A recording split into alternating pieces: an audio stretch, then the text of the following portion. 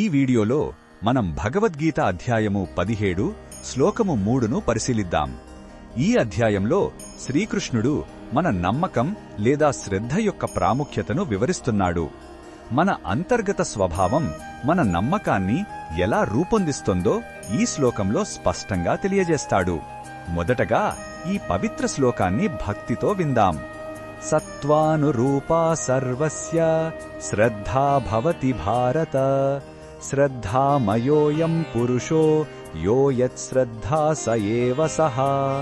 ఈ శ్లోకం అర్థమేమిటంటే, ఓ భరతవంశీయుడా, ప్రతి ఒక్కరి శ్రద్ధ వారి వారి సహజ స్వభావానికి తగినట్లుగానే ఉంటుంది. వాస్తవానికి మనిషి తన శ్రద్ధతోనే నిర్మించబడతాడు. ఎవరి శ్రద్ధ ఎలాంటిదో వారు అలాంటివారే అవుతారు. అంటే మన నమ్మకాలే మన వ్యక్తిత్వాన్ని నిర్ణయిస్తాయి. ఈ శ్లోకంలో ఉన్న భావం మనకు ఏమి చెప్పుతుందంటే, మన అసలైన గుర్తింపు మన నమ్మకాలపైనే ఆధారపడి ఉంటుంది. మనం దేనిపై ప్రగాఢమైన విశ్వాసం ఉంచుతామో కాలక్రమేణా మనం అదే స్వరూపంగా మారిపోతాము. ఇది మనల్ని మనం లోతుగా పరిశీలించుకోమని ప్రేరేపిస్తుంది. మన నమ్మకాలే మనల్ని నడిపించే అంతిమ శక్తి అని ఇది గుర్తు చేస్తుంది.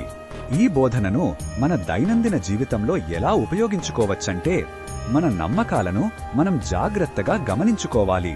అవి మనల్ని ఉన్నత మార్గంలో నడిపిస్తున్నాయా లేదా అని ప్రశ్నించుకోవాలి. ఒకవేళ మన జీవితాన్ని మార్చుకోవాలని అనుకుంటే మొదట మన నమ్మకాలను మార్చుకోవాలి. సాత్వికమైన ఉన్నతమైన విశ్వాసాలను పెంపొందించుకోవడానికి ప్రయత్నించాలి. ఎందుకంటే నువ్వు దేనిని నమ్ముతావో అదే నువ్వు అవుతావు. మరిన్ని భగవద్గీత శ్లోకాల అర్థాన్ని తెలుసుకోవాలంటే మా తదుపరి వీడియోలను తప్పకుండా చూడండి.